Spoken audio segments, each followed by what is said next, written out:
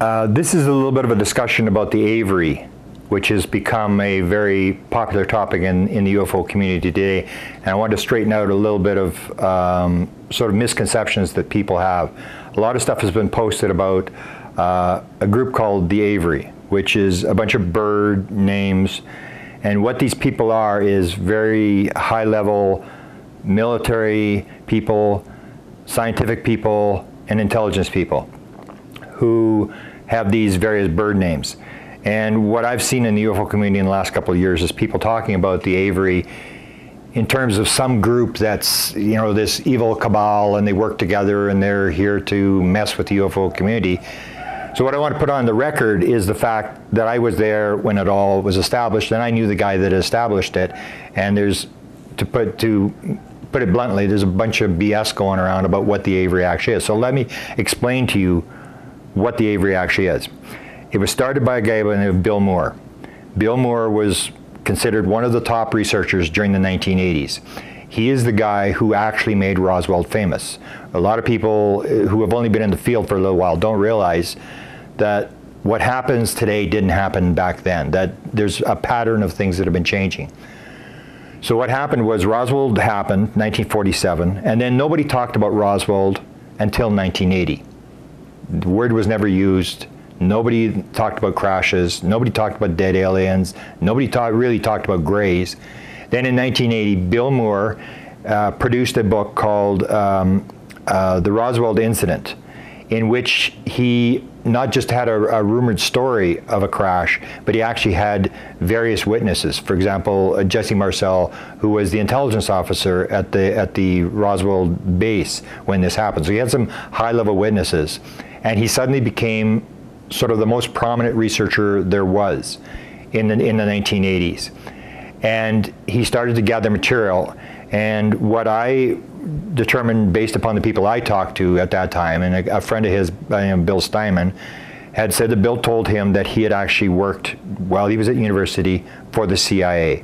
That the CIA had recruited him at the university. He had done a couple of jobs for the CIA, and then he'd gone on and become a school teacher. And that when he got in the UFO field, he went back into the intelligence community and reestablished some of his connections and started to talk to the intelligence people about UFO type stuff.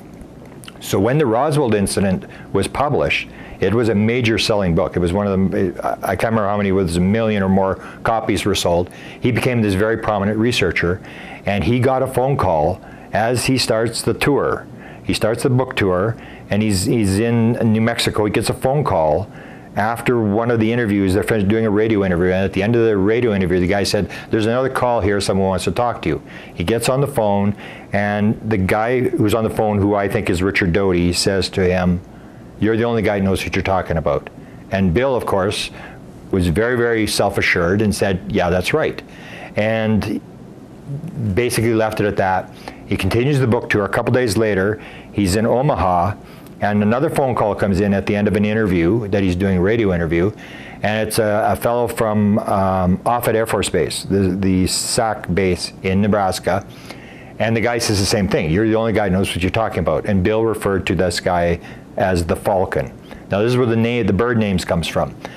So Bill starts to establish all these various contacts inside the government, various scientists, engineers, and intelligence people. He starts gathering these people, and he starts to get this material. Plus, he has people inside the government who are making contact with him and start leaking him material. For example, the MJ-12 document, a bunch of stories about Area 51, various things that Bill started to get. So what happened, he's working on a team with Stanton Friedman and with a guy by the name of Jamie Chandray. So Jamie Chandray worked the whole time with him. Actually, Jamie worked long after Bill left the field, but Stanton was in Canada, so he didn't have that much connection, but they worked on the MJ-12 document together. So it was mostly Jamie Chandray and Bill Moore who were working together. And they had all these sources from all over the country, people who were feeding them stuff, people that they were contacting. And of course, everybody always in the field always has the fear of having the phone tapped and stuff like that. So what Bill Moore does, and this is where the Avery comes from, what Bill Moore does is when he's talking to Jamie Chandray, instead of referring to Hal Puthoff or Kit Green or people like that, what he would do is give everybody a bird name.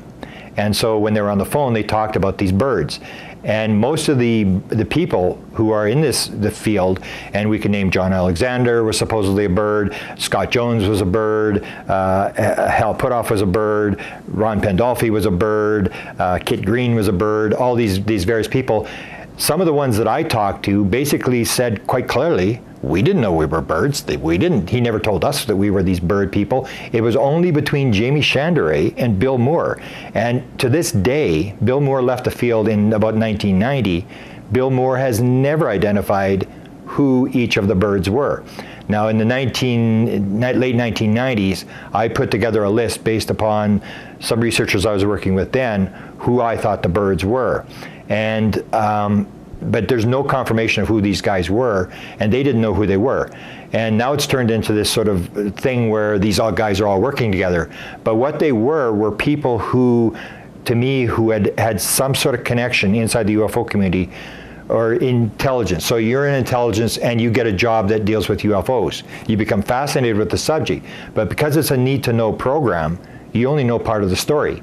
So when it became public that this Avery thing existed, then all these guys sort of interacted with each other, and they would appear at various things that happened. For example, in the 1980s, John Alexander had a group that was known as the UFO Working Group, but I recovered a document that showed that it was actually called the Advanced Physics Theoretical Working Group to stop people from getting it through an FOIA.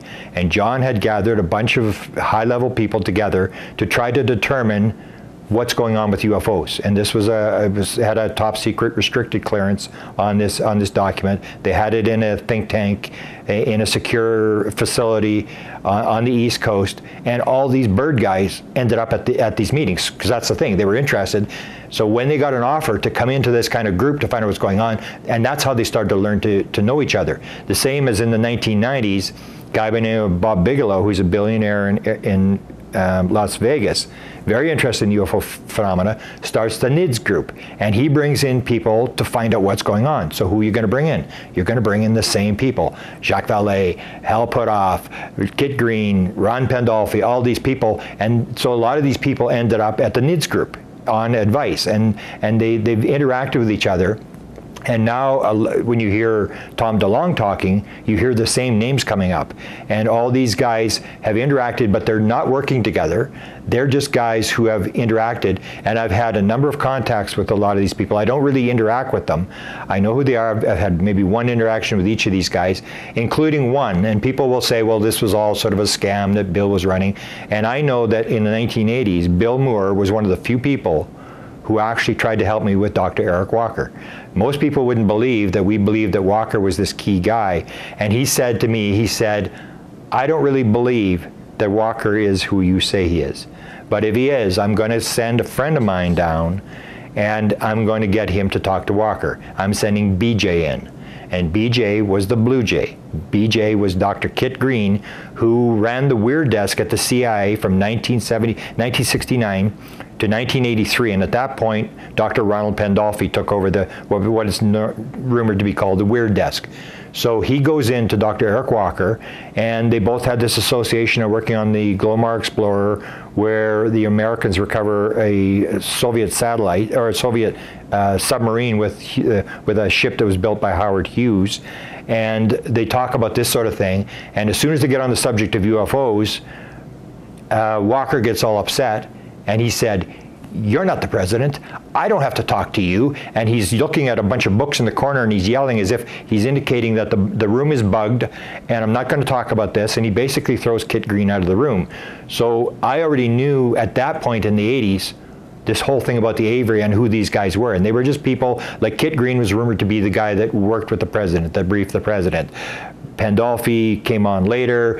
Hal Puthoff was working on remote viewing, and all these different people. John Alexander had a lot of military connections, and Bill was just trying to pick these people's brains and trying to put this kind of stuff together. But the Avery is not a group. They are just a bunch of people who were identified by Bill Moore as high-level people in the 1980s. They are not working together. They are just guys who, like you and I, have had some interaction, have had some experience, and are trying to figure out for themselves what's going on. And they know that the other Avery people will know the answers, so that's why they interact with each other. But there is no conspiracy. They aren't out to kill anybody. They're just some very high-level people who are the same as you and I, trying to figure out what's going on.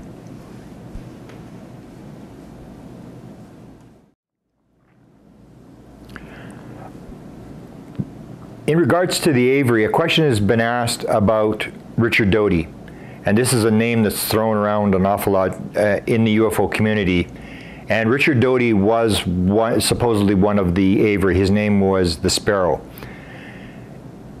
And this goes to the subject that people have is, people are out there to disinform us. And the way I see the situation arising is that there are people, when you contact somebody inside the government, you have to realize that this person is under a need-to-know security clearance, that they can't just talk to you. And for example, there's some people who would want to do interviews with the Avery, and they say, well, we'll only interview these people if they're ready to disclose. Well, that's not how it works. These guys are interested in the subject, and apparently the UFO subject is open to talk about. But the certain classified aspects you can't talk about. So some people will talk about certain aspects, some people can talk about others, but you always have to remember that they have a job to do and that they have these security clearances. So what happens is, you have events, and one of the big events with the Avery was the emergence of Richard Doty. Now, what I say that people don't realize with Richard Doty is, when you're dealing with someone like Kit Green or Dr. Ronald Pandolfi, you're dealing with an intelligence officer. When you're dealing with Richard Doty, you're dealing with a counterintelligence officer. Now, what happened with Doty, and I will maintain this is fact, is people will say, well, Bill was working with Richard Doty, which was true, and therefore Richard Doty and Bill Moore were trying to throw off the UFO community. Well, Bill Moore was doing his thing. He was trying to figure out what was going on, and Richard Doty had a job to do.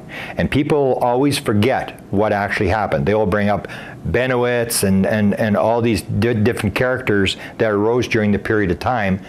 Here's what happened. Richard Doty was brought into an investigation dealing with a guy by the name of Benowitz, who was a scientist on the edge of Kirkland Air Force Base, and his report was that he was seeing UFOs flying over the Manzano Weapons Storage Area. The Manzano Weapons Storage Area was the biggest repository for nuclear weapons in the world.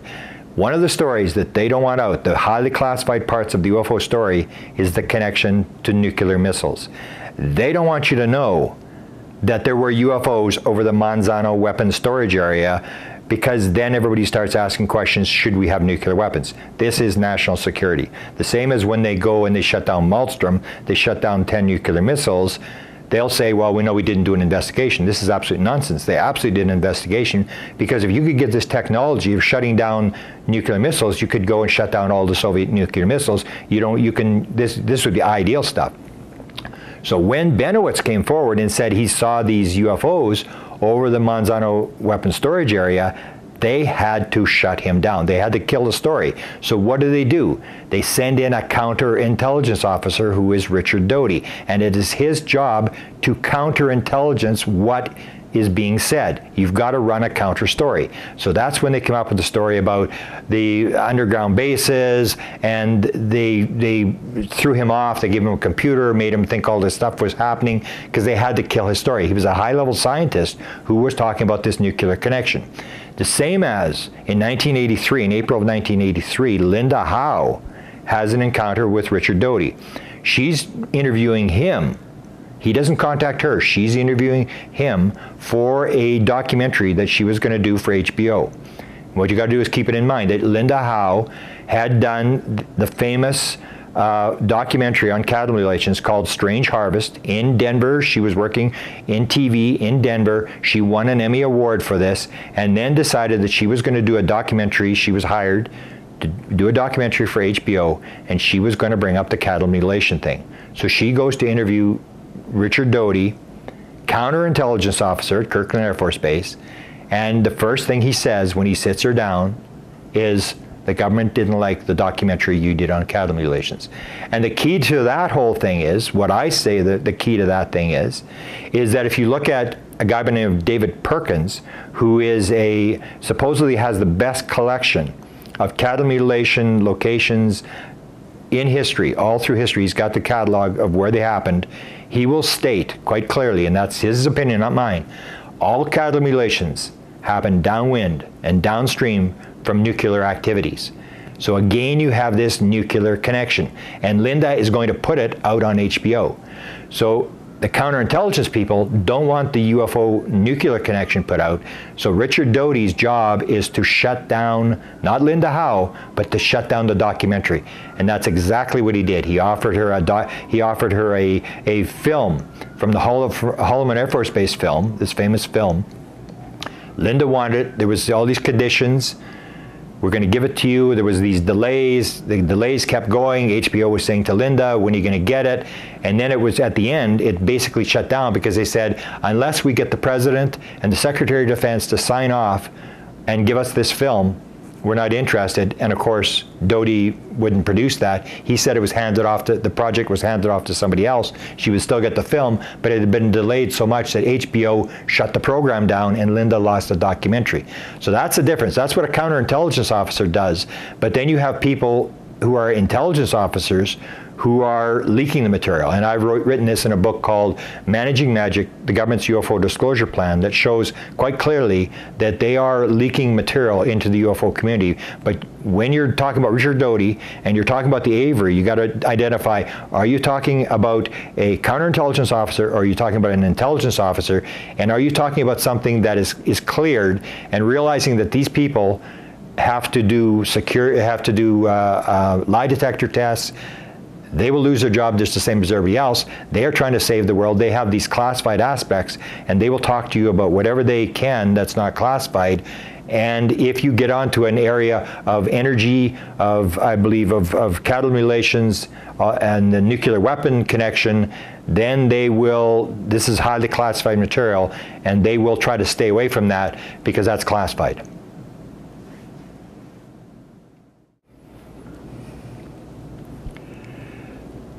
The question has been asked about Jason's and the group known as DARPA. In recent years, a woman by the name of Annie Jacobson, who is a editor with the Los Angeles Times, has written 4 different books, one on Area 51, one on the German Paperclip Project. Her latest one is Phenomena, about psychic phenomena research. And she also did a book called DARPA.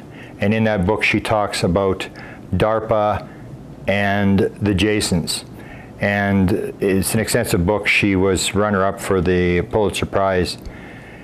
And what I found interesting on this is we actually were talking about this back in the 1990s already, in terms of UFOs and their connection to the UFO world. So basically, that's what I want to talk about on this video. When I had my UFO sighting, I went to research what the Canadian government had learned, and in that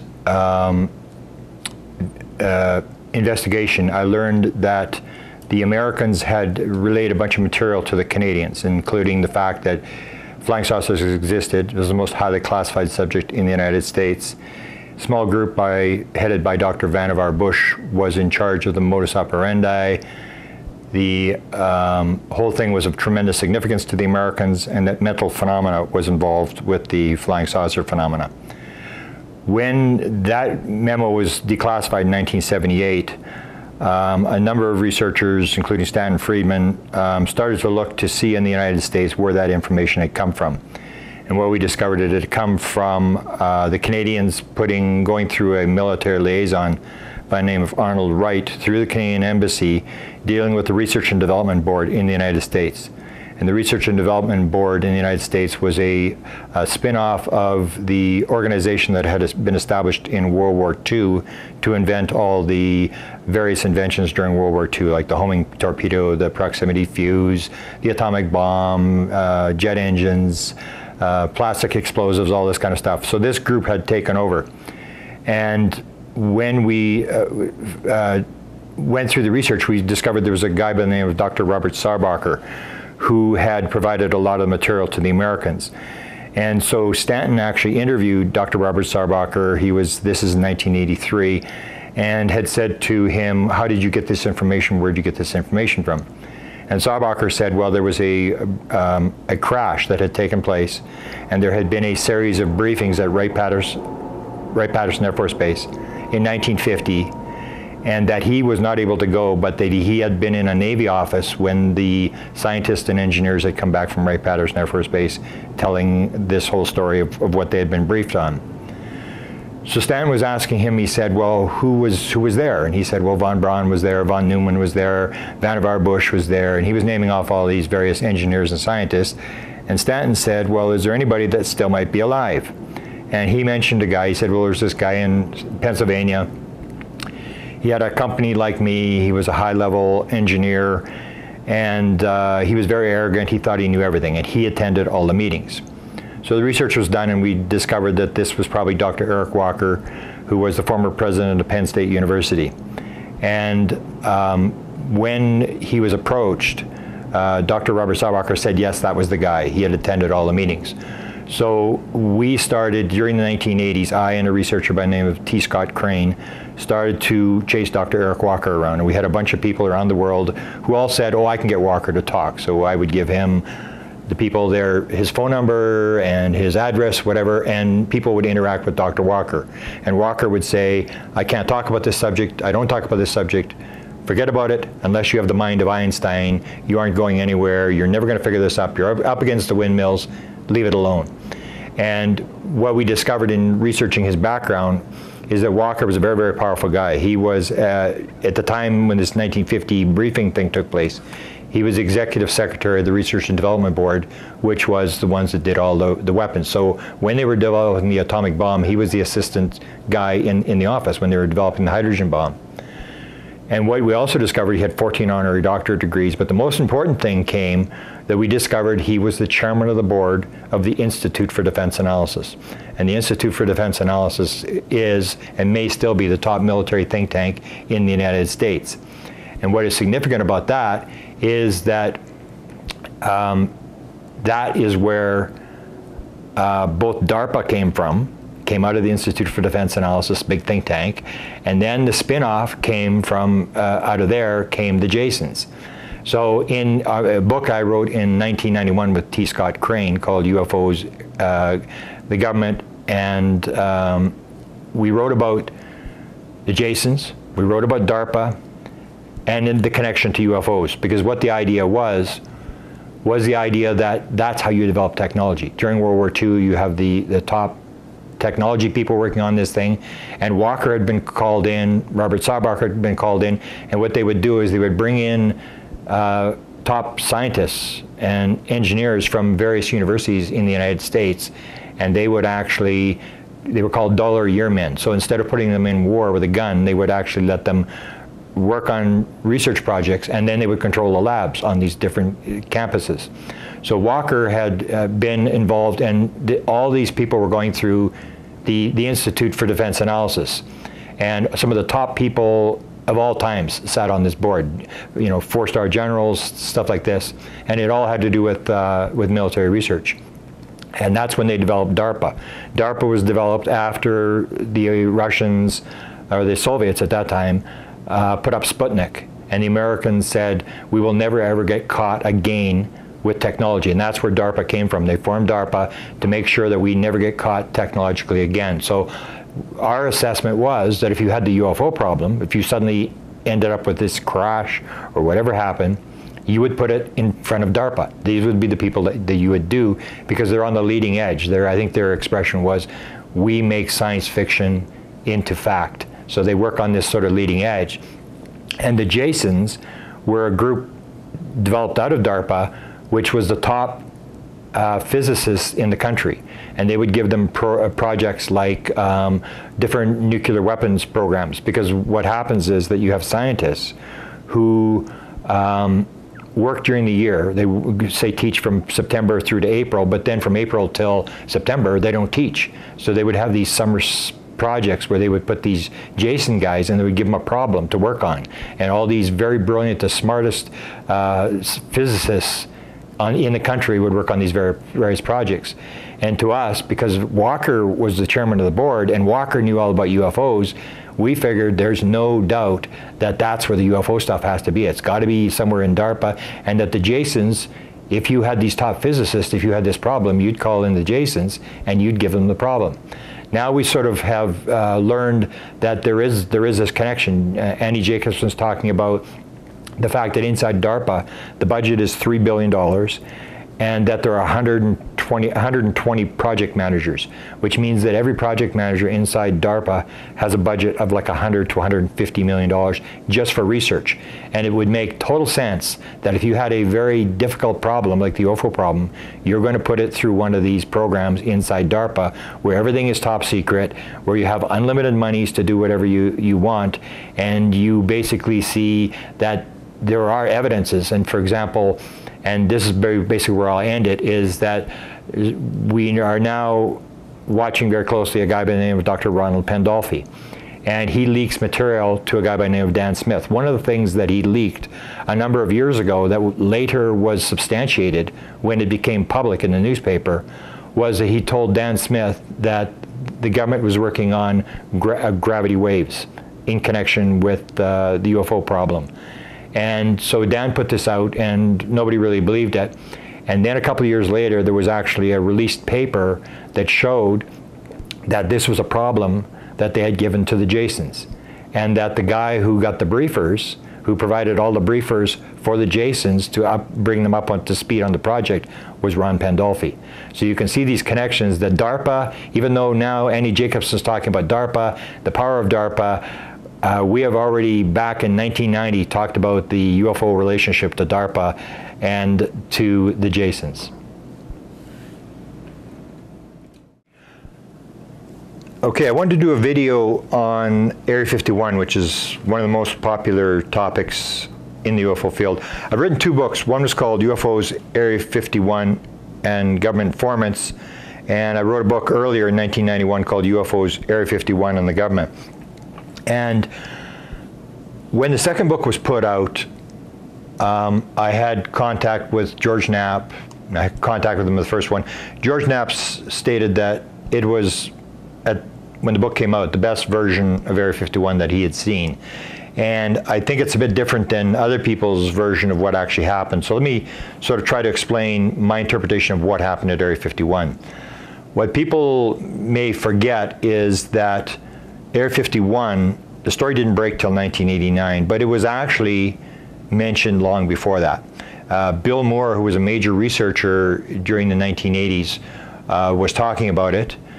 And it was also mentioned in a documentary in 1988 called UFO Cover-Up Live, which was a documentary that I believe was initiated by the CIA. And this was an initiative to get out a story. And I maintain that the government for 70 years has been leaking the UFO story and protecting the classified material that's associated with the UFO phenomena. Area 51 is one of the stories that the government leaked, and it got out of control. So in 1988 already, they there's a flow chart. If people go to YouTube, they can find this documentary called UFO Cover-Up Live, and you will see in there a flow chart that shows how the government UFO program works, from the president down through Defense Intelligence, the CIA, Area 51, all these different things are mentioned. But Area 51 is not a public name yet, but it appears in this documentary.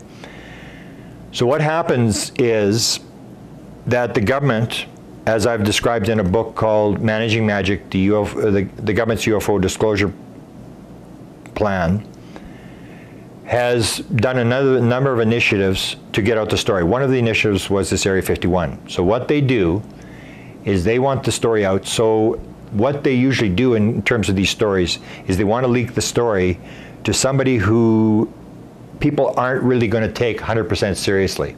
And I maintain that the Area 51 story was intended for a man by the name of John Lear.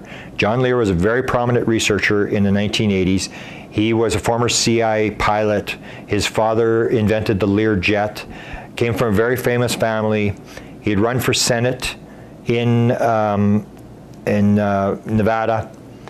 In 1988, when this story started to break, John Lear had become famous with KLS-TV, which is the TV network that broke the Area 51 story. And he became famous because he's the one that told them about the stealth fighter, that they were testing the stealth fighter at Area 51. KLS-TV went with the story and became responsible for breaking this story. So they were indebted to John Lear for his ability to know what was going on at Area 51.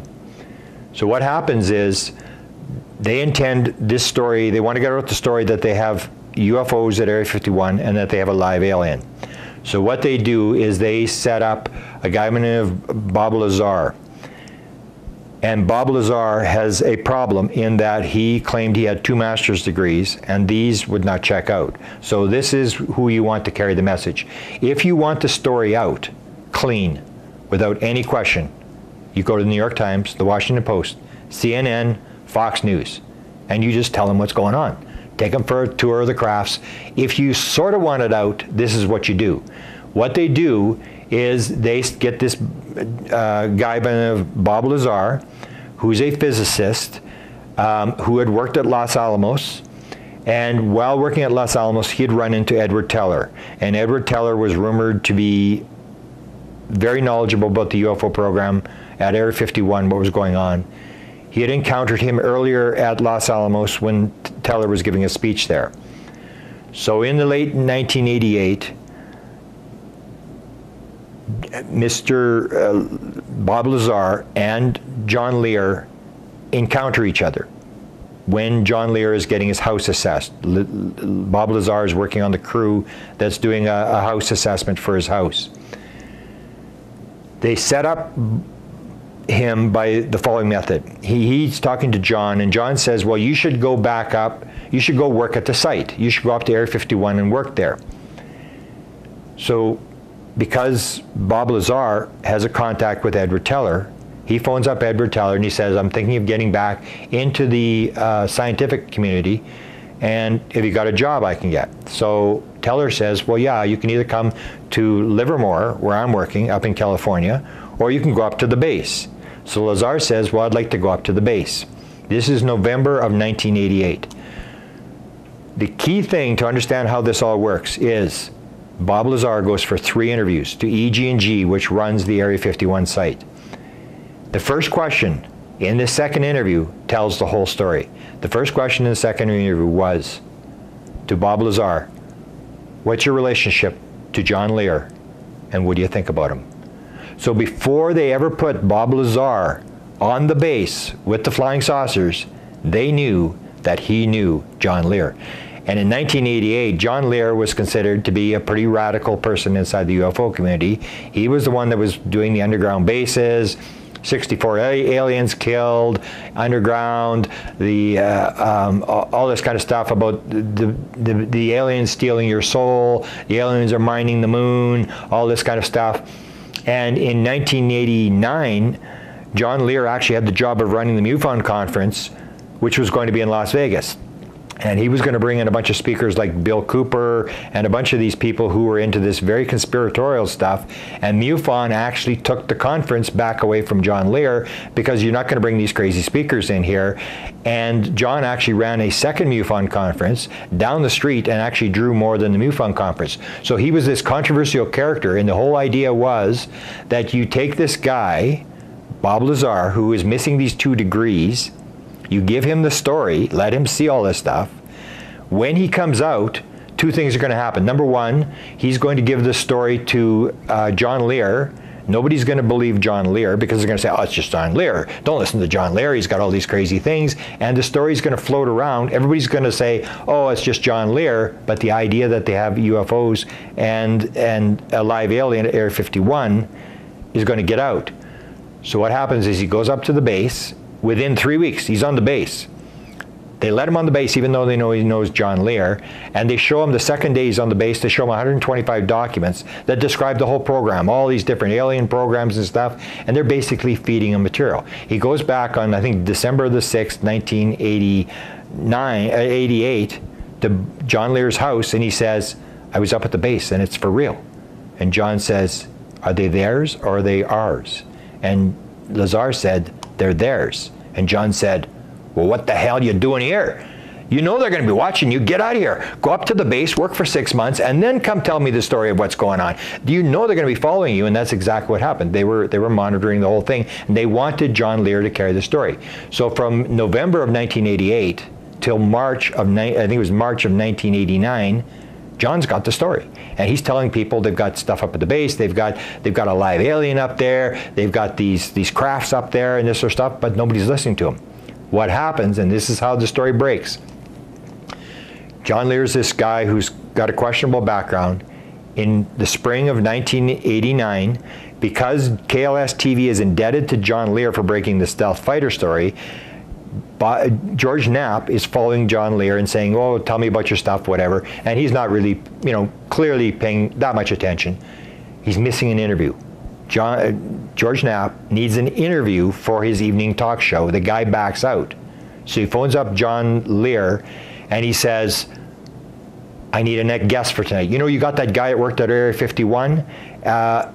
Bring him on the show. I need a guest. So they put him on the show. They call him Dennis. They backlight him so you can't see his face. And now you no longer have John Lear telling the story. Now you have Emmy Award winning, 20-some Emmy Award winning, George Knapp telling the story, and suddenly this thing goes viral around the world, and suddenly everybody's there. The Japanese are there, all the major networks are there, and they're up in the mountains, and they're looking down on the base. And forget about UFO stuff, there was busloads of people coming up there, and now they're watching everything that happened at the most top secret base in the world. So they had to get the thing under control. It had got out of control. The story was supposed to be carried by Lear, it was carried by Knapp, and it basically got out of control. And then the final thing that shows that this was a setup was you get a situation where Bill Clinton actually takes more land back. He actually grabs more land to push these people back because they're up 11 miles, but they can see the base. They're looking down on the base from the mountains. So he takes more land, and people are now 25 miles away, and there's mountains in between, so you can't watch the base anymore. They do that, and when the story was being leaked, Lear and Lazar was taking people up to the base. He was taking John Lear's a guy by the name of Gene Huff. Lazar's wife was there, and they had a motorhome, and they'd go up to the edge of the base when they tested the craft. And they were filming this, and they got caught. On the third night that they did this, they got caught by the camo dudes, the security people around Area 51. And Lazar was brought into Indian Springs the next morning, and his claim was that they put a gun to his head and they said, when we told you this was top secret, that didn't mean for you to bring your friends out and watch the test. The key was, how did he know when the test was? Why would they tell him when the test was? He was just working there, only worked there a couple of days. They told him where the test was because they wanted him to bring John Lear out there and keep spreading this story. And what really confirms the fact that this was all a setup by the government to get this story out that just got out of control was when they did this briefing at Indian Springs. This was top secret material. He was giving them top secret, the most secret thing in the United States. He's telling it, and they don't fire him. All they do is suspend his security clearance, and they say, your wife is having an affair with her instructor who's teaching her to fly a plane, and we feel sorry for you, so we're just going to suspend your security clearance. And they let him go. They should have thrown him in jail for the rest of his life or arrested him, but they did none of that. They let him go back up, and what most people don't realize is that they actually invited Bob Lazar back to the base again, and it was Bob Lazar who wouldn't go back. He believed that he was being drugged, that he was given this very bitter stuff to drink when he was at Area 51, and he believed that he was being drugged. He couldn't remember what was happening at the base, so it was Bob Lazar who didn't go back to the base. He was never fired. It was a total setup. That's what they want the story out, and it took them a couple years to get the story back under control, and now we're back to the thing where everybody thinks, oh, it was just a story, and Lazar had he was missing the degrees, he was lying, he was making it all up, and that's how they leaked the story. You leak the truth, you put a bunch of disinformation and a bunch of people who aren't highly regarded behind the story, and the story gets out, and it just floats around, and that's the story of Area 51. Okay, this is a discussion of Charlie Red Star. I just published a book called Charlie Red Star that deals with a series of sightings that occurred in southern Manitoba in 1975, 1976, in which I was involved. I was university at the time, went, had a sighting, became enthralled with the whole story, recorded all the people in the southern Manitoba who had had sightings, and published a book which was never published. The significance of the story is that we had massive sightings in 1975, and this is something that's recorded in the book, but some parts we had to leave out because of length. That in 1975, my first sighting was 2 weeks after the end of the Vietnam War. And I think this sort of ties in, and it ties into nuclear weapons. That when this incident occurred, there was a series of sightings going on, not just in Manitoba, but in Minnesota and in Wisconsin and in Ontario. In Ontario, for example, there was huge triangles of dirt that were being pulled out of the ground that were 15 feet on a side and about a foot deep, where the entire piece of dirt was lifted up and moved over, which is like impossible to do. In Wisconsin, they had so many sightings at one town in Wisconsin that the CIA actually sent 2 agents there to investigate what was going on. Minnesota had them. The other thing that was happening in 1975 was it was the highest year ever for cattle mutilations. There's never been a year that had more cattle mutilations than 1975. And those cattle mutilations were occurring in a large part around Malmstrom Air Force Base in Montana. And Malmstrom was shut down in 1967 by a UFO incident where they basically shut down all the missiles. But the base was revisited in 1975. They had a sighting of UFOs, as they did have at other U.S. Air Force bases along the Canadian U.S. border. And this would include Minot Air Force Base in, near the border of Canada and North Dakota, Wurtsmith Air Force Base, which is on the Michigan-Canadian border, Loring Air Force Base, which is on the Maine Canadian border, and all these were bases where they kept nuclear missiles. Some of them were Strategic Air Command bases. And in 1975, all those bases were visited by UFOs, and the UFOs were inside the weapons storage area over the nuclear missiles. So 75 was a very, very busy period of time all along the border. And I know this because Manitoba, where I was having the sightings, was going to be identified by the National Enquirer as the UFO capital of the world. There were so many sightings taking place. And the National Enquirer sent a reporter by the name of Bob Pratt up twice. And in those days, the National Enquirer would put out stories, and everything had to be on tape. So they did brilliant, brilliant work. Bob Pratt would come, he would tape every interview that we did. We'd go from person to person, and he would transcribe, he would provide me the transcripts, but he was always leaving. He would say, oh, I gotta go to Minnesota. He would fly out, he'd go to Minnesota, he'd fly back. Then he'd fly to Ontario. And he was flying in and out all the time because it was going on all over the place. And everybody knew this. So there was this nuclear weapon connection, which became even more clear 35 years after. And this is one of the things I learned in ufology, is that when something's happening, you a lot of times don't really catch on to what's going on. It's not till years later that suddenly the pieces all sort of go together. And what happens was, in the maybe 10 years ago, I went back to Carman, Manitoba, where the majority of the sightings took place. And I went to a guy by the name of Bob Diemert, who ran the airport there. And Bob was a very famous aviation guy. He was the guy that basically started the industry of rebuilding old World War II planes. He took a Japanese Zero out of the jungle, he rebuilt it, he sold it to the Canadian Aviation Museum, and he became famous for rebuilding these old planes. He was at the center of this big UFO flap, and he was like a tour guide. So people would come, they'd want to talk to Bob, he would tell them, okay, it comes from here, and he would take out the TV crews at night. So I went to Bob and I said, you know, Bob, how many sightings did you have in 1975? And he said, oh, about 150. And I said, well, how many sightings have you had since 1975? And he said, none. And so something happened in 1975. So I'm doing this lecture at the Eureka Springs Conference in Arkansas, and I said to him, so Bob, why were they here? Why did they come to Carman, Manitoba? This is like some small town that has no industry, has nothing. It's 2,000 people in the middle of a bunch of wheat fields. And he said, well, you know why they were here. And I said, no, I don't, Bob. And he said, you know why they were here. I told you in 1975 why they were here. And I said, Bob, it's been 30 years, and I do not know why they were here.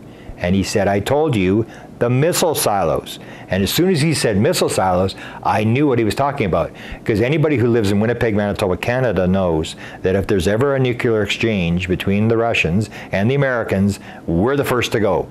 Because we're in the line of fire.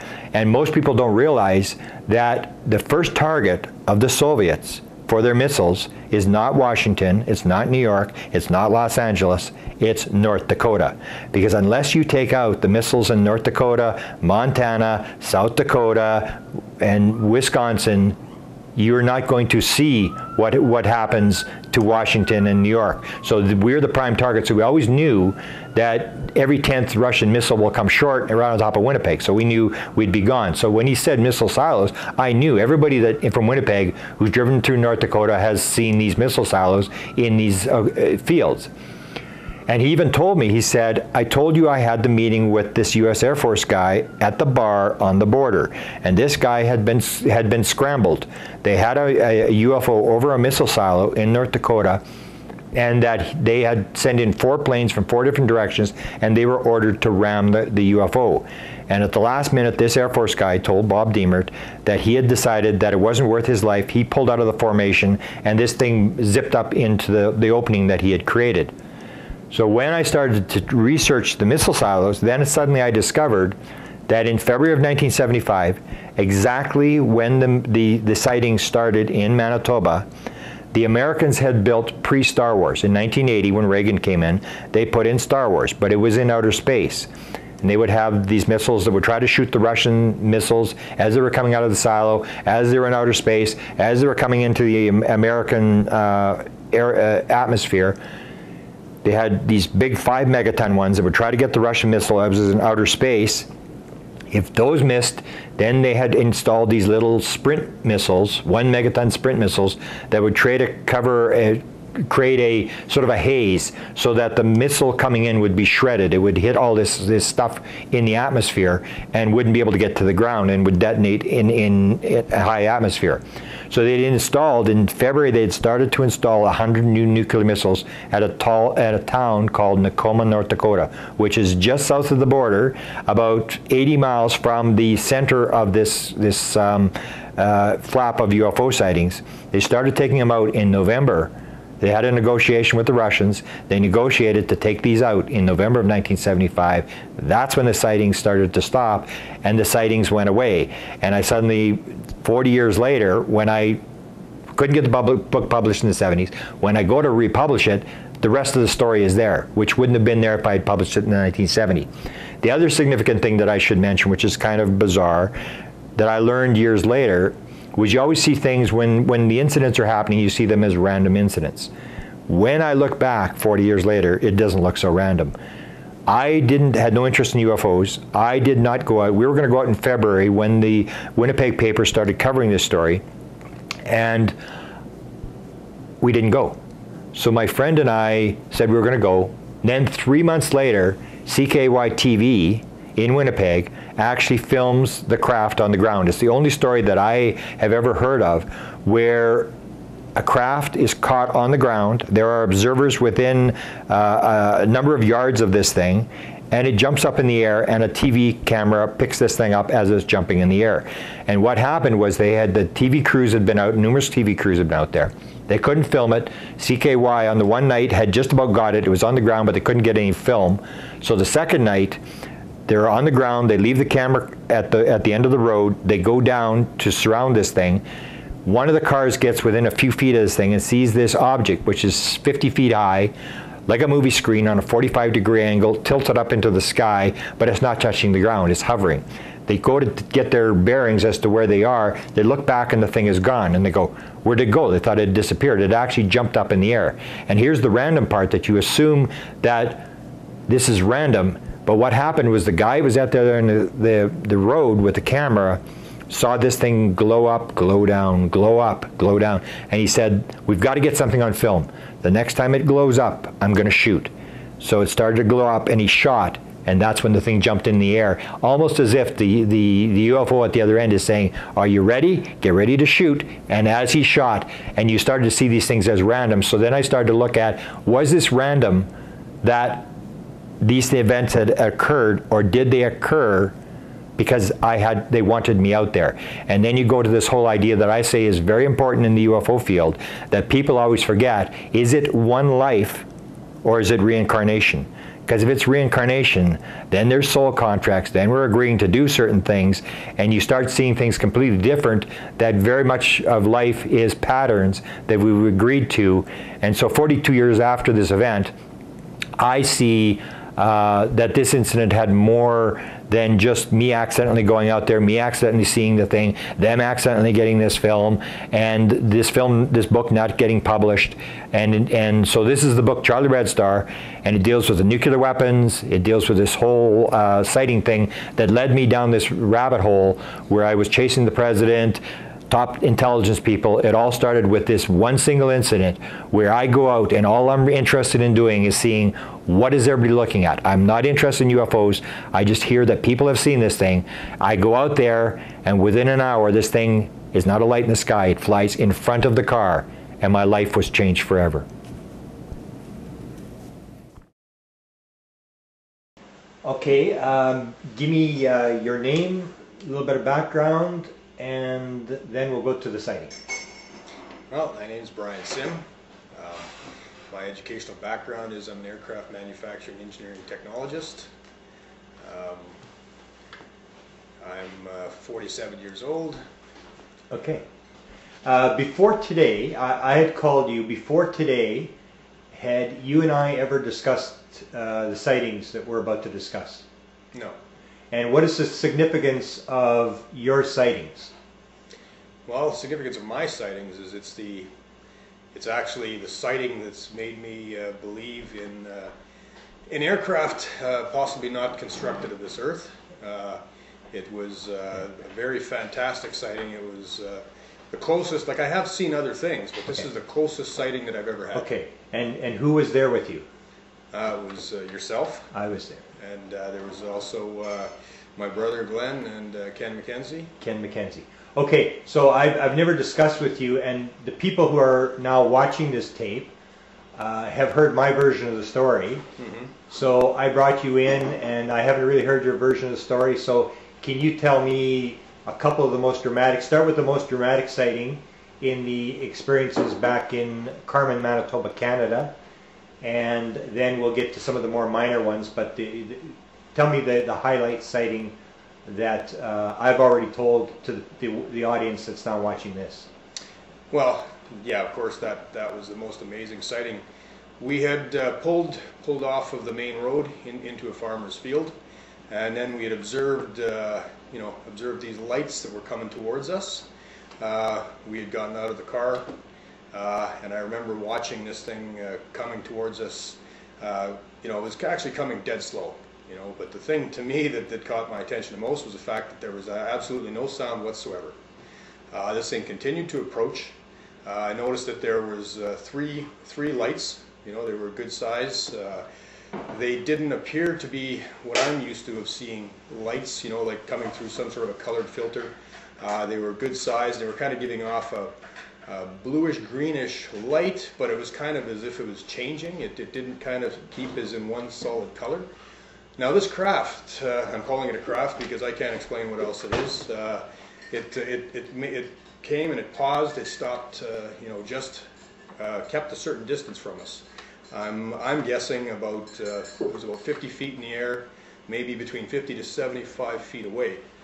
Now the reason that I can tell this thing was really close is the fact that off of these lights you could get this kind of a reflection onto what I would consider the skin of the craft. It was kind of a metallic in look. It didn't have a lot of reflective properties, but it looked metallic. The size of the sheen that came off of the surface was probably about 1.5 to 1 to 1.5 size the diameter of the actual light itself. Now, the thing to me that was really caught me was the fact that once it was at that distance, the thing then paused, and then it continued just at a very, very dead slow speed, and it appeared to be keeping an equal distance the whole time away from us. It never got any closer, never got any farther, and it continued to in like an arc-like motion. Pretty well did a semicircle around us, and then once it again lined up, because it was looking like it was coming straight over us. Once it was in behind us, then it continued to go away from us. And it kept the same speed, and as I said, absolutely no sound. The thing that I really couldn't figure out about it was the size of it. That night it was pitch dark, there was no moon. Must have been a thin cloud cover or something, because couldn't really make out stars. So except for seeing those lights in the sky and the reflection of the lights, I couldn't really get a feel for what the actual size of the craft was. Okay, excellent. Do you recall this small object that we were watching before it came? Like these ground lights or monitors, or can you maybe describe some of those sightings, as I've described those before, and I know you were involved in some of those sightings. Yeah, we were out a number of times. Our most common sightings, we had tried to pursue them down the road. The illumination always seemed to be the same, possibly meaning it's keeping the same distance from us. We would then stop, turn around, go the other direction, and again, the illumination of that light that we had saw, as we call it, the light at the end of the road, it wouldn't change. Now, one of the more spectacular sightings that I recall was one of the times, again, we were parked in the field, seeing, all the roads there are kind of 1 mile grids. I'm guessing we were probably 1 mile away from that happening. And it appeared that they were over top of the telephone hydro lines, and then there were two objects. They were actually quite some distance apart, and then we were watching them, and it started to look as if they were starting to come together. And then the most brilliant thing was when actually they did come together. Now, and then all of a sudden you got this really big orange glow. Once they actually, whether they were beside each other or came together, I don't know. But as soon as they came together, it was fused into one large glow. Any noise associated with that sort of explosion of light? Not that I recall. I don't really recall, any sound associated with that. And we were about 1 mile away, and then what did we do after that? Do you remember? To be honest, I don't. All of these sightings I do recall. Of course, you were fairly young at the time when this I was was going on. between 14 and 15 at the time. Okay. And of course, I remember the spectacular events, but to be honest, I don't remember all all the details. How many sightings would you have been involved with? There was this object, as some people would know, was there fairly regularly. Yes, and that was one object that we did kind of see on a regular basis. Yeah. It was pretty well, if we went out there and didn't see any major observations of what we would consider possibly larger craft, then we would at least count on seeing these. And in my mind, I consider them something like probes that were monitoring whatever they were monitoring, but they were around. About how many times do you figure you were out in around the Carmen area? I can recall, I believe it was at least four times that I went out. Do you recall the one of the first time you went out, where the ping pong ball, we refer to as a ping pong ball? Can you describe that sighting? Yeah, actually, that was the first night that you took me out there, and I recall the information and what you had said going on, that this thing tended to show up around 1-ish. Yeah. It just seemed to have a timetable, and sure enough, that first night that we went out there, we ended up parked, and there were other people that were out trying to observe this phenomenon as well. And sure enough, there it was, and it seemed to be quite a distance away. But the thing that struck me about it, having observed aircraft at night, and of course, you can follow it. Of course, their strobes are on, and you can see them flying. But you can predict where the next, if you see the strobe off, you can kind of predict where the next strobe is going to be. This strobe effect, actually, it was all over the sky, and the time lapse between when it would show up in one position to another, sure, you could say maybe a helicopter, but because it can move in those type of directions versus an aircraft. But this thing was all over the map, and sometimes the distances compared to one flash to another, it just didn't lend itself very well to any craft that I'm familiar with. Okay. Do you remember it getting close to us? Do you remember that part of the sighting? That first night that I saw that, that was kind of all that we saw. I don't believe that I was there where it actually came close to us. Any other sightings you can recall that sort of stand out in your mind? No, it was actually that close encounter that we had. That was, of course, the one that stands out in my mind the most, and I'll never forget. There was one, I don't know if you recall, we walked across a field. Do you remember? We trudged through the mud in a field, and we were standing under the telephone lines or hydro lines, and we could hear it, we couldn't see it, and then we spotted it very close to us. Do you remember? Were you on that? No, I don't believe I was with you on that. Okay. So, in your life, you've had these experiences. This was 1975, 1976. So, can you describe for me an incident later? Now, this doesn't involve. This is you go to Europe. You come back from Europe for a visit, and can you describe that sighting that you described to me? Yeah, I guess my second most spectacular sighting. With this one, I was by myself. Well, when I saw the sighting, I was by myself, but I was with a couple of friends at a cottage. We were at just outside of Pointe du Bois, and I enjoy, looking up at the night sky in the evening. So, they had gone into the cabin. I went down on the rock there and was, observing the night sky. And this sighting to me was also incredible, but it was something that was just on the opposite end of the spectrum. In my perception, this was like far, far away. I saw two objects that were, in my opinion, were outside of the atmosphere. It looked like they looked, long way away. They looked very large. There were 12 lights in a circle. They both looked the same, except for one of them. To me, it was closer than the other because it looked larger and the lights were a little brighter. But again, far, far away. These objects were not going very fast. They were kind of just way up, like I said, out of the atmosphere. They came up, and then the furthest object, in my interpretation, it actually went from having potentially disc side facing me to going on to its edge. And then all of a sudden there was all kinds of different lights, almost all the lights in the spectrum. And it was almost like heat waves or something. There was kind of like a wavy motion, and it was all blending together. And then as soon as that happened, it started to get smaller and smaller, like very quickly, to the point that the thing just disappeared. And then shortly after that was gone, then the second object did exactly the same procedure and was just disappeared instantly. Now again, I can't explain what that is, but that was something that didn't resemble any spacecraft that I know of that we have developed.